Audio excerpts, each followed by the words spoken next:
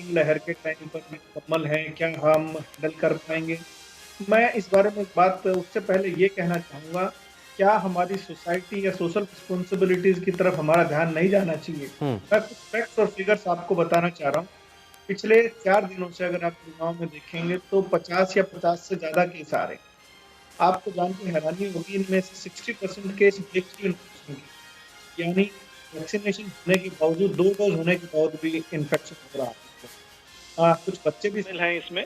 तो और ओमिक्रॉन का तो सिर्फ एक ही केस मिला जैसा आपने बताया, और अभी तक के जो फिगर्स आए हैं उसमें डिस्पाइट मोर देन 23,000 जो हैं फॉरेन ट्रैवलर्स 25 नवंबर के बाद मैं कहूँ या पिछले 1 महीने में कहूँ अगर गुरुग्राम में आए हैं उसके बावजूद भी।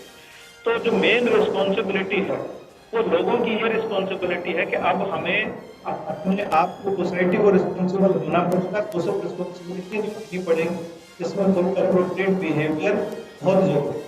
सबसे पहले मैं ये बात कहना चाहता हूँ। अब आप कुछ कहें। हुँ, ठीक है।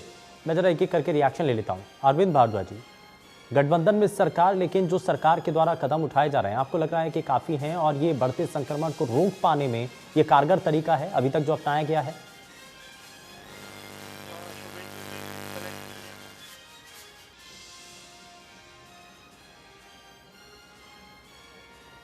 उससे उससे तो जो भी प्रयास किए जाएं वो कम ही नजर आते हैं, परंतु फिर भी सरकार की कोशिश है कि हम जिस तरह की स्थिति बन रही है, जिस तरह के हालात, उसके हिसाब से उससे कैसे निपटा जाए, उस पर काम किया जाए। सरकार ने एक ये प्रयास किया कि जिस तरह से ये केसेस अब थोड़े से बढ़ने शुरू हुए, ओमिक्रॉन जिस तरह से आना शुरू हुआ, तो उस हिसाब से क्योंकि ये 25 दिसंबर से और ये जो 31 तक का जो टाइम है, लेट नाइट पार्टी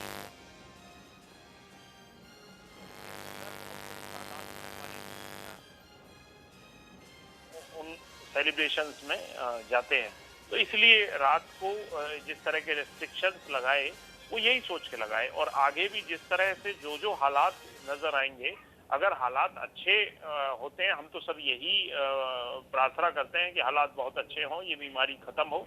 अगर हालात अच्छे होते हैं तो ये रात के रेस्ट्रिक्शंस भी हट जाएंगे, और नहीं अगर अरविंद जी, ऐसा हमने नहीं हमने जो होता इससे पहले देखा ना तो सर, फिर सख्ती पहली और लहर आई, बढ़ानी उस पड़ेगी। वक्त तो चलिए मालूम नहीं था हमें, लेकिन दूसरी लहर में भी तो यही हुआ था ना कि हम शायद उस वक्त विपक्षी खेमे की तरफ से यही सवाल उठाया गया कि आपने तैयारियां नहीं की हैं, आपने उन चीज़ों को उसी समय पर हैंडल नहीं किया, ढिलाई बरतते रहे, एक्शन नहीं लिया गया, इसी वजह से वो कोरोना इतना ज़्यादा पीक पर चला गया। कहीं ऐसा तो नहीं कि आज भी अगर हम अभी मान करके चल रहे हैं कि अभी वो समय नहीं आया है, तो कहीं ऐसा तो नहीं कि चीज़ें हाथ से निकल जाए, देरी हो जाए? जी, सरकार का प्रयास है जो कोरोना जो फैला और जो परेशानी को दूर किया जाए, जैसे अरविंद जी, मैं वापस लौटता हूं, आपकी आवाज़ नहीं पहुंच पा रही है। मैं जरा बाल मुकुंद शर्मा जी आपको भी जोड़ रहा हूं। अब सरकार की तरफ से तो ये कहा जा रहा है कि हम व्यवस्थाएं तय कर चुके हैं और रात्रि पाबंदी जो है वो लगा दी गई है। कर्फ्यू शब्द को लेकर के डिप्टी सीएम की तरफ से इस पर आपत्ति भी जाहिर की गई। उन्होंने कहा कि कर्फ्यू शब्द का इस्तेमाल ही नहीं किया हमने, हम पाबंदी कर रहे हैं। हमने कुछ हद तक लोगों की सावधानी, उनकी सुरक्षा के लिए कुछ हद तक सावधानी बरती हैं, ये वो मान करके चल रहे हैं। क्या ये सावधानियां, क्या ये पाबंदियां काफ़ी हैं? क्या बढ़ते संक्रमण, क्योंकि हम दुनिया के बाकी देशों को देख चुके हैं, वहां पर कितना बड़ा खतरा नजर आता है, क्या उसके आधार पर अब ये जो पाबंदियां लगाई गई हैं या कुछ हद तक सख्तियां की गई हैं, क्या वो सही हैं या इससे ज़्यादा कुछ किया जाना चाहिए? हाँ शुभेंदु जी, जैसे देखिए, ये आंखों में धूल झोंकने वाली बात नहीं है, आंखें बंद करने वाली बात कर रहे हैं। ये एक अंतर्राष्ट्रीय बीमारी है, महामारी है, और इसमें जो फैसले हैं ना, वो कम से कम राष्ट्रीय स्तर पर होने चाहिए थे। पहले भी जो गलतियां हुई हैं, वो गलतियां भी दोहराई जा रही हैं। मेरी आवाज आ रही है आपको? मेरी आवाज आ रही है? जी, हेलो आपकी आवाज़ आ रही है सर, अपनी बात रखिए। जी। ये ना राष्ट्रीय स्तर पर प्रदेशों का तो कोई रोल ही नहीं है, और जबकि हमारे जो छोटे मुख्यमंत्री हैं प्रदेश के, दुष्यंत सिंह, वो कह रहे हैं कि हमने जिले पे छोड़ दिया है। भाई आप ये बताइए, पाबंदियां भी हैं या कर्फ्यू है, अगर हरियाणा में कर्फ्यू और हिमाचल में नहीं है, अगर हिमाचल से कोई बंदा चल के रात को आएगा, क्या वो बॉर्डर पे आके विश्राम करेगा? उसको धर्मशाला में रुकेगा या होटल में रुकेगा? अगर कर्फ्यू होना चाहिए तो पूरे देश में होना चाहिए, अंतर्राष्ट्रीय उड़ानों पर रोक होनी चाहिए, और अगर जो आते हैं वहां से यात्री, उन पे सब पे एक रूल होना चाहिए कि वो 14 दिन के क्वारंटीन रहेंगे। ये सामाजिक संस्थाओं की मदद लें। राजस्थान का बहुत बड़ा इलाका पड़ा है, वहां पर टेंट लगा दे, जो भी दिल्ली एयरपोर्ट पर उतरेगा या किसी एयरपोर्ट पर उतरेगा सीधा उसको राजस्थान के किसी इलाके में ले जाकर के, जो बाहरी इलाके हैं वहां पर टेंट लगाएंगे 14 दिन के लिए रहे। ये बीमारी फैल ही नहीं सकती। मैं कहता हूं आप एक 2-3 चीज से समझिए। जिस तरीके से बूस्टर डोज लगाने की बात है या 12 से 18 के बच्चों को देने की बात है, ये राष्ट्रीय सदन में फैसला हुआ है। तो ये कर्फ्यू का भी, या रात्रि, अगर इनको कर्फ्यू शब्द से ऐतराज है तो रात्रि शब्द पे 11 से 5 तक के जो पाबंदियां लगाई हैं तो पूरे देश में लगानी पड़ेगी ना जी।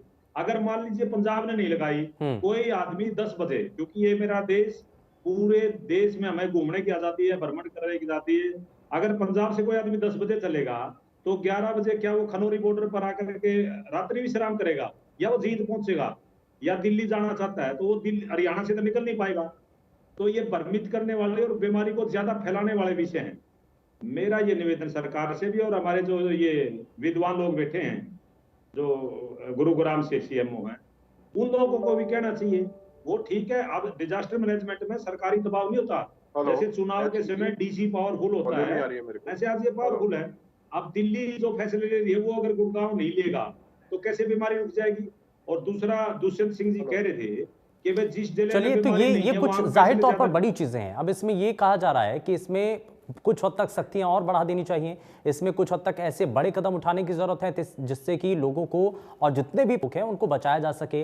लेकिन वहीं दूसरी तरफ सरकार का ये कहना है कि जान भी है, जहान भी है, और ऐसे में व्यवस्थाएं किसी भी तरीके से कमी ना आ पाए, इसके लिए हम ये पुरजोर तरीके से कोशिश कर रहे हैं कि लोगों की रोजमर्रा की जो जिंदगी है वो आम तौर पर चलती रहे, लेकिन साथ ही साथ लोगों को जो सावधानी है, जिसके लिए बार बार हिदायतें दी जा रही हैं, उन हिदायतों के साथ वो उन चीजों को पूरा करते रहें। लेकिन कैसे हो पाएगा? क्या ये जो रात्रि कर्फ्यू लगाया गया है, या कह लीजिए कि पाबंदियां जो की गई हैं रात को 11 बजे से लेकर के सुबह 5 बजे तक, अब विपक्षी के मत तो सवाल ये भी उठा रहा है कि इस वक्त क्या होता है, इस वक्त कौन सी आवाजाही है, क्योंकि सार्वजनिक जगहों पर गैदरिंग हो रही है तो वहां पर क्या एक्शन लिया जा रहा है। सवाल तो सबसे बड़ा यही है कि अगर आपने रात के समय में अगर आपने पाबंदियां लगा दी हैं 11 बजे से सुबह 5 बजे तक, इस समय में कितनी पार्टियां होती हैं, इस समय में सोशल गैदरिंग कितनी होती हैं, सड़कों पर आवाजाही कितनी होती है। चलिए ठीक है, आपने कह दिया कि यहाँ पर जो आवाजाही है सिर्फ जो जरूरी जो लोग हैं उनकी आवाजाही हो सकती है। डॉक्टर वीरेंद्र यादव भी हमारे साथ कार्यक्रम में हैं। मैं जरा जल्दी से सर आपसे एक रिएक्शन लेना चाहता हूँ कि ये जो कह दिया जाता है और सबसे पहला कदम ही ये उठा लिया जाता है कि रात में जो है वो कुछ हद तक पाबंदियां बढ़ा दी जाती हैं, लेकिन बड़ा सवाल तो ये है कि दिन के उजाले के अंदर जहां जहां पर लोगों की गैदरिंग हो रही है वहां पर सख्ती करने की जरूरत है। बिल्कुल जी, क्यों मैं तो इस पॉलिसी में था। महामारी अलर्ट में जो सुरक्षा हरियाणा के लिए बोला गया उसमें भी एक वर्ड यूज किया गया है, no mask no services.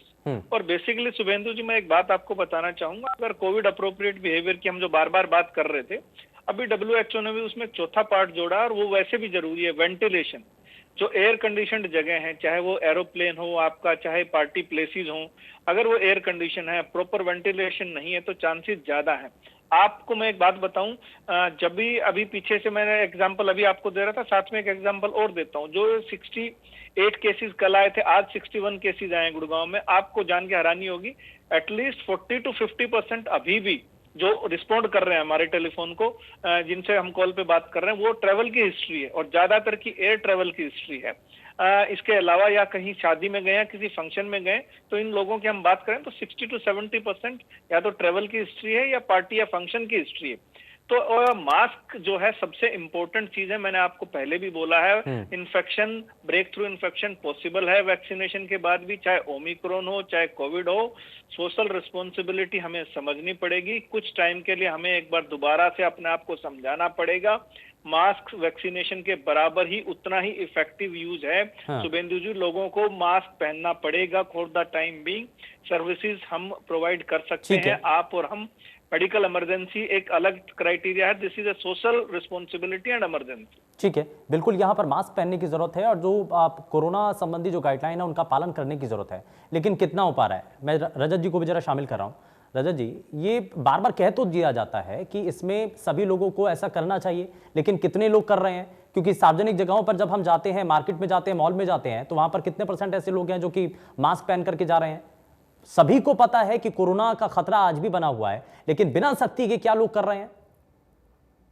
Shivendu जी, बहुत इस वायरस को लेके, कोरोना वायरस पे मैं बहुत सारी हर वेरिएंट्स के ऊपर आपके चैनल पे ही और अन्य चैनलों पे भी बहुत ज्यादा डिबेट्स कर चुका हूँ। निश्चित तौर पे अपनी खुद का बचाव करना, मास्क पहनना, ये चीजें बार बार दोहराई जाती हैं। निश्चित तौर पे ये जरूरी है, करना चाहिए।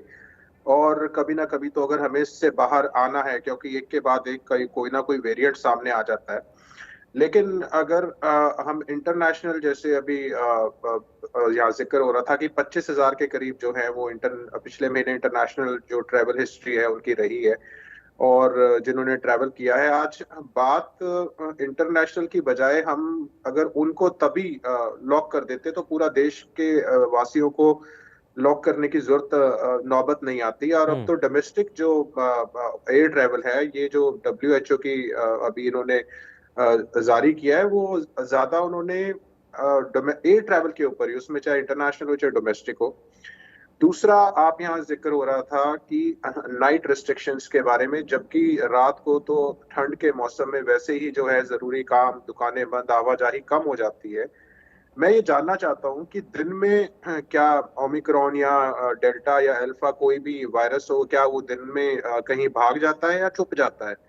तो ये बड़ा ही हास्यास्पद लगने लग गया अब जब कोई ऐसा बयान देता है कि हम नाइट रिस्ट्रिक्शंस लगा रहे हैं। दूसरा, अभी यहाँ जिक्र हो रहा था, देश के प्रधानमंत्री ने भी अभी आके कहा कि 3 तारीख से हम जो है वो 15 से 18 साल की, और 12 से 18 और 15 से 18 की जो वैक्सीनेशन की है वो 3 जनवरी से आने वाले माह में जो है हम शुरुआत करने जा रहे हैं। मुख्यमंत्री जी को भी मैं सुन रहा था।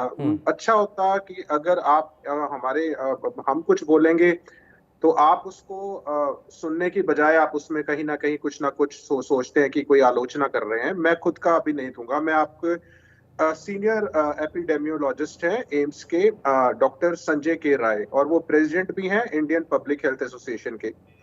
उन्होंने इस जो आप ये टीकाकरण शुरू करने जा रहे हैं बच्चों में यंग एज में, तो उसको अनसाइंटिफिक करार दिया है। अनसाइंटिफिक, उन्होंने उसके पीछे तर्क क्या दिया है? उन्होंने कहा है कि जिन देशों में ऑलरेडी ये टीकाकरण इस एज ग्रुप में चल रहा है, उसका आपने क्या डेटा एनालाइज किया है? दूसरा, उन्होंने कहा है कि जो मौजूदा वैक्सीनेशन होने के बाद भी कई कंट्रीज में जो है, जो वैक्सीन अवेलेबल हैं, चाहे फाइजर है, मॉडर्ना है, जेनसन है, जॉनसन एंड जॉनसन की, मैं अन्य वैक्सीन का यहाँ डिटेल नहीं आपको देना चाहूंगा, लेकिन हाँ, जो जो वैक्सीन अवेलेबल है उनके बाद भी जो है वो री इन्फेक्शन जो है वो हो रही है, और कई कंट्रीज में तो बूस्टर डोज के बावजूद भी हो रही है। कई बहुत से केसेस आए हैं, हालांकि परसेंटेज कम है कि उनमें मृत्यु भी हो रही है, वो हमारे देश में भी हो रही है, अन्य देशों में भी हो रही है। हाँ। अच्छी से अच्छी वैक्सीन के बाद, लेकिन अभी उन्होंने इसके ऊपर आपत्ति जताई है, तो इसको सरकार जो है वो हल्के में ना ले नहीं और सर, इसको लेकिन सीरियसली एक सवाल तो ये भी है ना कि तब से हम डिमांड कर रहे थे, ये मांग कर रहे थे कि बच्चों के लिए भी वैक्सीन आए, बच्चों को भी वैक्सीनेट किया जा सके। लेकिन अगर अब जो है इस प्रोसेस को आगे बढ़ाया जा रहा है, तो इस पर ठीक है, इस पर जरा रिएक्शन ले लेता हूं। मैं वीरेंद्र जी से भी इस बात को समझूंगा सर। हाँ, इस बात को जरा वीरेंद्र जी से भी समझूंगा, लेकिन मैं जरा इस पर आपने जो कई सवाल खड़े किए हैं उस पर जरा जवाब ले लेता हूं। मैं अरविंद भारद्वाज जी, इसमें एक जरा सीधा सा सवाल है। रजत जी ने बड़ा सिंपल सा सवाल किया कि ये जो आप सॉफ्ट एक्शन लेते हैं ना, कि रात के समय में कोरोना नजर आता है और दिन में भाग जाता है, ये सॉफ्ट एक्शन है, दिखाने के लिए तो एक्शन लिया जा रहा है, लेकिन होने के लिए कुछ नहीं है। शुभेंदु जी, इस समय जो ये रात को रिस्ट्रिक्शंस लगाई गई हैं, उसकी एक बड़ी वजह है। वजह ये है कि मैंने पहले भी जिक्र किया था कि 25 दिसंबर से लेकर और न्यू ईयर ईव तक रात को सेलिब्रेशंस होते हैं, और हमारे यहाँ, क्योंकि मैं फरीदाबाद से हूँ, फरीदाबाद, गुरुग्राम और दिल्ली में या और जो शहर हैं सभी जगह होते होंगे, तो इस तरह के बहुत बड़े बड़े सेलिब्रेशंस होते हैं इन दिनों में। इसलिए इस सब को ध्यान रखते हुए रात के रिस्ट्रिक्शंस लगाए गए। जो ये कह रहे थे ना कि दिन में कहाँ चला जाता है कोरोना, रात में आ जाता है, तो ये सब बड़ी हास्यास्पद बातें हैं। ये अपोजिशन में बैठकर ये सब बातें कह सकते हैं, क्योंकि इनका तो एक ही काम है, कमियां निकालना। दूसरी बात, जब आपको जान की सुरक्षा करनी है तो जहान की भी करनी है। दोनों चीजों को साथ रख के पैरेलल लेकर सरकार को चलना है, क्योंकि हम सिर्फ एक सॉल्यूशन ये नहीं है कि थोड़ा सा केसेस बढ़े और हम सब कुछ बंद कर दें, हम कंप्लीट लॉकडाउन लगा दें। ये एक समाधान नहीं है इसका, क्योंकि हमें आर्थिक जो स्थिति है, अर्थव्यवस्था जो है हमारे देश की, प्रदेश की, उसका भी ध्यान रखना है। तो इस तरह के रास्ते निकालने होंगे हमें, क्योंकि एक बहुत लंबी चलने वाली लेकिन बीमारी सर है। सवाल तो ये भी है ना कि दिन के समय में जहां सार्वजनिक जगहों पर लोगों की गैदरिंग हो रही है, वहां पर क्या करने की जरूरत है? आपने तो कह दिया कि लोगों को मास्क पहनना है, लेकिन लोग तो नहीं पहन पा रहे हैं ना अभी भी, तो इसके लिए क्या करना होगा? ऐसे ही छोड़ देंगे? नहीं, उसके लिए एक तो प्रधानमंत्री जी ने और मुख्यमंत्री जी ने भी कहा है, डिप्टी सीएम साहब ने भी कहा है कि सार्वजनिक स्थानों पर आवाजाही जो है वो बंद की जाएगी उन लोगों की जिन्होंने वैक्सीन की डोज दोनों नहीं लगवाई है। तो कंपलसरी किया जाएगा कि आप वैक्सीन लगवाएं, पहली चीज। दूसरा, जो मास्क है, मास्क को लेकर पहले से ही ऑर्डर है कि सख्ती की जाए, अगर कहीं नहीं है तो उसको सख्ती को और बढ़ाया जाएगा, इस पर सरकार काम करेगी। और इसके अलावा और भी बहुत सी चीजें हैं जो पीछे दिक्कतें आई थी, जैसे कि ऑक्सीजन की कमी रही थी, उसको लेकर सरकार ने इस बार बहुत अच्छे अरेंजमेंट किए हैं। सभी हॉस्पिटल्स में ऑक्सीजन के प्लांट लगाए गए, और इसके अलावा और भी जो आइसोलेशन जो वार्ड्स हैं या आईसीयूज हैं, उनकी संख्या को बढ़ाया गया। ठीक है। तो अगर ऐसी कोई सिचुएशन आती है तो उसके लिए हमारा प्रशासन, जो स्वास्थ्य विभाग जो है, वो तैयार है। चलिए, ये दावा तो खैर पहले भी किया गया था, लेकिन परंतु मैं एक बात कहना चाहूंगा, कुछ भी कहने से पहले, कुछ भी यहाँ बोलने से पहले एक चीज जरूर सब सोचें कि हमें दो फेजों पे काम करना होगा। एक तो हेल्थ, दूसरा वेल्थ, क्योंकि हमारी अर्थव्यवस्था भी इससे जुड़ी हुई है। हम ये समाधान नहीं है कि थोड़ा सा केस बढ़े पर सब कुछ बंद कर दें, तो ऐसा नहीं हो सकता। ठीक है सर, दोनों तरफ से काम करना होगा, दोनों तरफ से काम करना होगा। बालमुकुंद जी, जैसे ही प्रधानमंत्री के द्वारा ये कहा जाता है कि अब प्रिकॉशन डोज यानी कि बूस्टर डोज का ऐलान कर दिया जाता है, तो वो कहते हैं कि मैं तो तब से मांग कर रहा था, प्रधानमंत्री ने इस मांग को पूरा कर लिया। आपको लग रहा है कि सही रास्ते पे कोरोना प्रबंधन को लेकर के जो सरकार का मैनेजमेंट है वो सही है? नहीं, देखिए, अभी बहुत कमियां हैं, जैसे हमने पहले भी जिक्र किया था। जिस तरीके से ये राष्ट्रीय आपदा है, प्रधानमंत्री को सर्वप्रथम तो सर्वदलीय बैठक बुलानी चाहिए, क्योंकि ऐसा नहीं है कि सभी लोग प्रधानमंत्री की बात को फॉलो करते हैं। आधे से ज्यादा देश प्रधानमंत्री की बात फॉलो ही नहीं करता। तो जो प्रदेशों के मुख्यमंत्री हैं, जिन की सरकारें हैं, सर्वदलीय बैठक बुलाएं और सर्वदलीय ही फैसले लें। एक हमारे देश में क्या, पूरे विश्व में एक परिपाटी है, एक सत्ता पक्ष होता है, एक विपक्ष होता है, और आम जन की आवाज होते हैं। वो कभी सत्ता में वो आते हैं, हम सत्ता में लगातार रहे हैं, और जब हम सत्ता में रहे, हमने अपनी बात रखने के लिए दूसरे देशों में भी अटल बिहारी वाजपेयी जी को भेजा है, और इनके जो संस्थापक रहे हैं वो हमारे कैबिनेट में मंत्री रहे हैं, नेहरू जी के। तो चलिए, ये कुछ महत्वपूर्ण चीज है। ठीक है सर, बिल्कुल मैं वापस लौटता हूं जरा आपके पास, लेकिन हमारे साथ डॉक्टर वीरेंद्र जी भी कार्यक्रम में लगातार बने हुए हैं। अब बड़ा सवाल तो सर ये बना हुआ है कि 15 से लेकर के 18 साल तक के जो बच्चे हैं उनको अगर वैक्सीनेट किया जाएगा, इसको लेकर के भी सवाल उठाए जा रहे हैं। एक रिपोर्ट का हालांकि हवाला रजत जी ने दिया है, इस पर क्या कहना चाहेंगे सर? हाँ शुभेंदु जी, कोवैक्सीन जो है वो वैक्सीन अप्रूव की गई है, और 2007 ईयर के बाद, यानी जो बच्चे पैदा हुए हैं या 14 साल से, जिनका 1 जनवरी से अगर मैं कहूँ तो उनका अगर 2007 से ऊपर होगा तो उनको वैक्सीन दी जाएगी। और मेनली जो है, अगर मैं कहूँ तो संभवतः 10th 11th और कुछ बच्चे 9th के या कुछ बच्चे 12th के होंगे जिनको ये वैक्सीनेशन दी जानी है बेसिकली।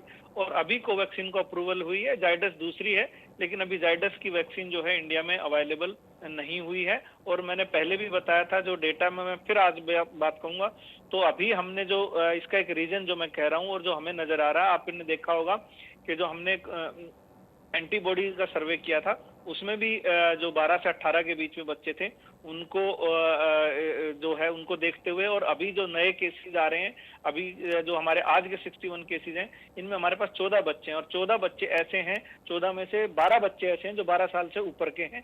तो मुझे ऐसा लगता है कि इन बच्चों को वैक्सीनेशन की आवश्यकता है अभी। ठीक है। अब इसमें एक चीज तो रजत जी ये भी नजर आती है कि 60+ वालों को लेकर के हालांकि स्वास्थ्य विभाग की तरफ से एक और गाइडलाइन दी गई है। बालमुकुंद जी कुछ कहना चाह रहे हैं? बालमुकुंद जी अपनी बात पूरी कीजिए, उसके बाद रजत जी आता हूं आपके पास। बालमुकुंद जी। मैं ये कहना चाहता था, देश के जो प्रधानमंत्री को बड़ा दल दिखा के पहले सर्वदलीय बैठक बुलानी चाहिए। उसका फैसला क्या होगा? कुछ स्टेटों में कांग्रेस की सरकारें, हमारी सरकारें हैं, कुछ स्टेटों में दूसरे दलों की सरकारें हैं। उत्तर प्रदेश में, बिहार जैसे स्टेटों में, या दूसरी स्टेटों में, झारखंड में, पश्चिमी बंगाल में अलग अलग सरकार। महाराष्ट्र इतना बड़ा, जहां महाराष्ट्र दिल्ली के बाद दूसरी सबसे बड़ी महामारी का प्रकोप आया है, महाराष्ट्र में भी सरकार गैर बीजेपी की है, दिल्ली में भी गैर बीजेपी की है। जब दिल्ली जैसे, जहां पर एक हब बन गया इसका, जो सबसे ज्यादा केसेस है, वहां के मुख्यमंत्री से कोई विचार विमर्श नहीं किया, महाराष्ट्र के मुख्यमंत्री से कोई विचार विमर्श नहीं किया, वेस्ट बंगाल के मुख्यमंत्री से कोई विचार विमर्श नहीं किया। हमारे यहाँ 4 महानगर हैं, दिल्ली, कलकत्ता, मद्रास, चेन्नई और कलकत्ता और बॉम्बे। चारों में दूसरी सरकारें हैं, बीजेपी की सरकार नहीं है चारों जगह, उनसे कोई विचार विमर्श नहीं और फैसले थोप रहे हैं। क्या इतनी बड़ी महामारी में सर्वदलीय बैठक नहीं बुलानी चाहिए? इस हमारे भारतवर्ष के जो सबसे बड़े महानगर 4 हैं, चाहे वो मुंबई हो, चाहे वो चेन्नई हो, चाहे वो कोलकाता हो, चाहे वो दिल्ली हो, चारों में बीजेपी की सरकार नहीं है। तो विचार विमर्श ये किससे करेंगे, किस तरीके के फैसले थोपेंगे? अगर वहां के नगर निगमों ने मानने से मना कर दिया तो देश तो खतरे में पड़ जाएगा ना। जी सुनिए, फैसला लेने से पहले सर्वदलीय बैठक बुलानी चाहिए, प्रदेश के सभी मुख्यमंत्रियों से विचार विमर्श करना चाहिए। अभी तक प्रधानमंत्री ने मुख्यमंत्रियों की मीटिंग नहीं ली है, अपनी कैबिनेट की मीटिंग नहीं ली है, 1-2 आदमी मिलकर फैसला कर देते हैं। तो इतना बड़ा देश, 135-40 करोड़ की आबादी आपको का लगता है कि देश, सभी राजनीतिक दलों को कॉन्फिडेंस में लेकर के कोई भी कदम उठाना ये थोड़ा सा ठीक होता है? अरविंद जी जरा इस पर जवाब दीजिए, उसके बाद में रजत जी आपके पास आते हैं। ठीक है सर, ठीक है अरविंद जी जवाब। बालमुकुंद जी, समय आने पर सभी मीटिंगें होती हैं, पहले भी हुई हैं सर्वदलीय बैठकें, और आगे भी जब जरूरत सरकार महसूस करेगी तो बुलाएगी। परंतु अगर आपके पास इतने अच्छे सुझाव हैं इस बीमारी से लड़ने के लिए, इस बीमारी को खत्म करने के लिए, तो महाराष्ट्र सरकार को दे दीजिए ना। सबसे ज्यादा भयंकर स्थिति अगर देश में कहीं हुई है कोरोना को लेकर तो वह में हुई है। मैं तो मान रहा हूँ ये बात, मैं तो ये बात मान रहा हूँ, वहाँ तो फेलियर रहा आपका। देना चाहते हैं भारत फेलियर रही आपकी सरकार, सबसे भयंकर स्थिति पूरे। तो सिर्फ इससे नहीं होता है, हम सब मिलकर काम करें तो इससे लड़ सकते हैं। राज्य की बयानबाजी से बीमारी खत्म नहीं होगी।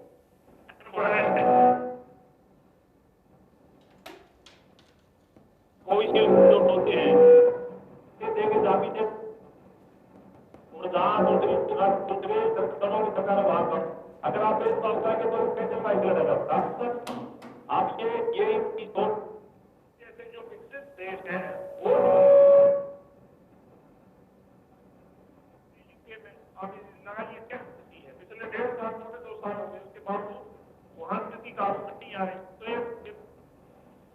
ये वो बीमारी नहीं है जो गंभीरता समझनी होगी आप, ये वहां की बात को विषय नहीं है यहाँ। ठीक है, रजत जी को शामिल कर रहा हूँ जरा। रजत जी बात रखिए अपनी। जी, मैं दो प्रवक्ताओं के बीच में थोड़ी तकनीकी कारण की वजह से बेहतर आवाज नहीं पहुंची। और शायद आपको पता होगा पिछले हफ्ते की शुरुआत में आपने ओमिक्रॉन के ऊपर जो है वो डिबेट रखा था, और शायद 2 या 3 डिबेट में आपके साथ कर चुका हूँ, और उनमें मैंने सबसे पहले ये बूस्टर डोज के बारे में और लॉकडाउन नहीं लगना चाहिए किसी भी स्थिति के बारे में, और मेरे शब्द ये थे कि वो तो आर्थिक तौर पे लोगों को मार देगा और वैसे भी मार देगा, तो लॉकडाउन के हक में तो शायद अभी जजपा के प्रवक्ता नए नए आने शुरू हुए हैं, इन्होंने क्या पता डिबेट ना देखी हो, तो वो आपको यूट्यूब पे अवेलेबल हो जाएगी, आप पहले वो डिबेट देख लीजिए, उसमें मैंने क्या तर्क रखा है उसमें आपको जानकारी मिल जाएगी।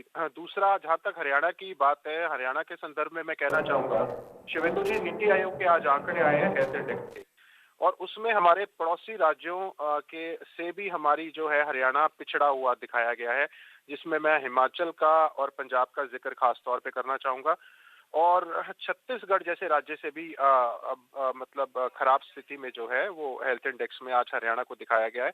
ये मेरे आंकड़े नहीं है, ये भाजपा सरकार की नीति आयोग के आंकड़े हैं। दूसरा, हम प्रिपरेशंस के ऊपर पहले चर्चा कर चुके हैं, कितने हरियाणा की कितनी जनसंख्या है, उस पर कितने बेड चाहिए अवेलेबल, और अभी ऐसा भी जिक्र आ रहा था कि इतनी भी बुरी स्थिति आ सकती है कि एक दिन में क्या पता आपको लाखों के हिसाब से और ज्यादा से ज्यादा मैक्सिमम, मैं एग्जैजरेट नहीं करना चाहूंगा, लेकिन मैंने शायद वीके पॉल जी का बयान सुना था, वो 14 लाख केसेस पर डे का भी उन्होंने आशंका जताई है। दूसरा, मैं कहना चाहूंगा, अगर आपने इंटरनेशनल ट्रैवलर्स को आइसोलेट कर दिया होता, उन्हें बंद कर दिया तो आज ये स्टेप्स उठाने की नौबत ही ना आती। कभी आप रात को करेंगे, कभी दिन में करेंगे, दिन में तो आप रैलियां कर रहे हैं, राजनेता जो है बहुत बड़ी बड़ी रैलियां कर रहे हैं। आप ही के चैनल पे मैं अभी मुख्यमंत्री जी का अभी वो नशा मुक्ति के एक कार्यक्रम में थे, उनके बिल्कुल पीछे सुनीता दुग्गल जी थी, जैसे उन्होंने कैमरा देखा, मैंने देखा आपके चैनल पे वो क्लिप्स देखी, उन्होंने एकदम अपने मुंह से मास्क नीचे कर लिया। मतलब आप क्या संदेश दे रहे हैं? एक तरफ हम यहाँ टीवी पे बैठ के हर डिबेट में एक जो बिल्कुल बेसिक चीजें हैं, मास्क पहनना और उसके ऊपर पुलिस चलान करती है, उसका हम जिक्र करते हैं, और एक तरफ एक एमपी सरकार की, और वो भी मुख्यमंत्री के पीछे खड़े होके एकदम अपना मास्क नीचे कर लेती हैं। मुख्यमंत्री जी का भी मास्क नीचे रहता है। बड़े बड़े आप नेता देख रहे हैं, उत्तर प्रदेश में बड़ी बड़ी रैलियां हो रही हैं, तो ये भी सरकार को हर पार्टी, लेकिन ये तो सभी राजनीतिक दलों के लिए ना, ये सभी राजनीतिक दलों के लिए, इसमें किसी एक राजनीतिक पार्टी को, इसमें सभी, हाँ बिल्कुल वही चीज रजत जी, वही चीज। एक पार्टी नहीं, इसमें सभी के सभी जिम्मेवार है। मैं तो बोला ही नहीं इसमें एक पार्टी है, इसमें सभी के सभी जिम्मेवार है। दूसरा, मैं इनको उदाहरण लेना चाहिए चाइना से। चाइना का चाहे पहले का हो, चाहे अभी भी जियांग शहर है उनका, शियांग कह लीजिए, उनकी जो अपनी प्रोनाउंसिएशन है, उसको उन्होंने पूरा का पूरा लॉक कर दिया है, पूरा उसको सील कर दिया गया है। वहां पे अभी कोरोना के केसेस जो है बहुत बढ़ रहे हैं, लेकिन हमारे डोमेस्टिक बॉर्डर जो हैं, अभी दिल्ली में बिल्कुल केसेस बढ़ रहे हैं, बॉम्बे में बढ़ रहे हैं। मैं इंटरनेशनल ट्रैवल की बात नहीं करूंगा, मैं डोमेस्टिक ट्रैवल जो हमारा, आप आज देखिए तस्वीरें सोशल मीडिया पे, क्या हाल है मनाली का, क्या हाल है गोवा का, भरे पड़े हैं लोग। कोई सोशल डिस्टेंस, फिजिकल डिस्टेंसिंग नहीं है, सोशल डिस्टेंसिंग वर्ड गलत है, और कोई किसी के चेहरे पे आप मास्क नहीं देखेंगे। तो देखिए, ये निश्चित तौर पे अगर आप देखें तो ये सभी के लिए लागू होता है। अगर आप ये, क्योंकि इसकी देखिए ये फैलता बहुत ज्यादा है, इसकी जो इन्फेक्शन तो है ही, ये रीइंफेक्शन का भी रेट, यानी कि आप ये कह रहे हैं कि एक राज्य से दूसरे राज्य में जो ट्रांसपोर्टेशन हो रहा है, लोगों की आवाजाही हो रही है, वहां से ज्यादा खतरा बढ़ सकता है। मैं इस पर जरा जवाब ले लेता हूं सर, ठीक है, जरा जवाब ले लेता हूं, उसके बाद में वीरेंद्र जी को भी शामिल करता हूं उसमें, क्योंकि बहुत जल्दी से, बहुत जल्दी। हमें दिल्ली के लिए खासकर कि हमारा दिल्ली के साथ जो, जहाँ पे बहुत ज्यादा केसेस बढ़ रहे हैं, हमें अभी से ये जो है प्रिवेंटिव मेजर ले लेने चाहिए कि उनकी जो है जांच प्रॉपर तरीके से, जो उनकी जांच हो, और तभी हरियाणा में एंट्री हो, वरना क्या होगा नहीं। लेकिन क्या संभव है, जितने भी बॉर्डर हैं दिल्ली और हरियाणा के, वहां पर जांच होकर के अगर रोज क्योंकि आपको ये मालूम ही होगा कि इतनी आवाजाही होती है, और हर किसी की जांच करना और वापस से फिर एंटर करने देना, ये कितना चैलेंजिंग होगा, कितना बड़ा चुनौतीपूर्ण काम है। पहले भी हम कर चुके हैं। ये स्टेप हमने सेकंड वेव में भी उठाया था, फर्स्ट वेव में भी उठाया था, बल्कि हम काफी हमने बॉर्डर सील भी किए थे। ठीक है, तो ये तो देखिए, अरविंद जी जरा जवाब दीजिए, आना नहीं चाहिए, जरा जवाब दीजिए, इस नौबत तक पहुंचना नहीं चाहिए था। मेरा शिवेंदु जी निष्कर्ष ये है कि हमें पहली और दूसरी वेव से सीखते हुए ताकि हम दोबारा वहां तक ना आए, पहुंचे उसी स्थिति में। और मैं आपको आज, ठीक है, वापस से ऐसे सिचुएशन आ जाए कि और भी ज्यादा सख्ती करनी पड़ जाए, ऐसा ना हो। आप डिबेट करेंगे आगे, केसेस हरियाणा में बढ़ेंगे। हाँ, नहीं, ठीक है, ठीक है, अरविंद जी जवाब दीजिए।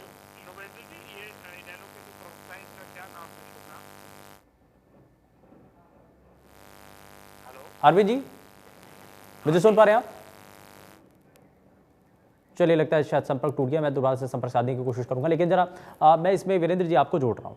इसमें बड़ा सवाल तो ये है कि क्या ये पॉसिबल है कि हम जितने लोग अभी दिल्ली से एंट्री कर रहे हैं गुरुग्राम में, या गुरुग्राम से या हरियाणा से दिल्ली की तरफ जाते हैं, अलग अलग बॉर्डर पर हम इतनी ज़्यादा सख्ती कर दें, जैसा कि कहा रजत जी ने, कि टेस्टिंग करें उसके बाद हम आने दें, अभी उस लेवल पर हैं, या उतने हमारे पास इक्विपमेंट है, या उतने हमारे पास मैन पावर है कि हम ये सब कुछ कर सकते हैं?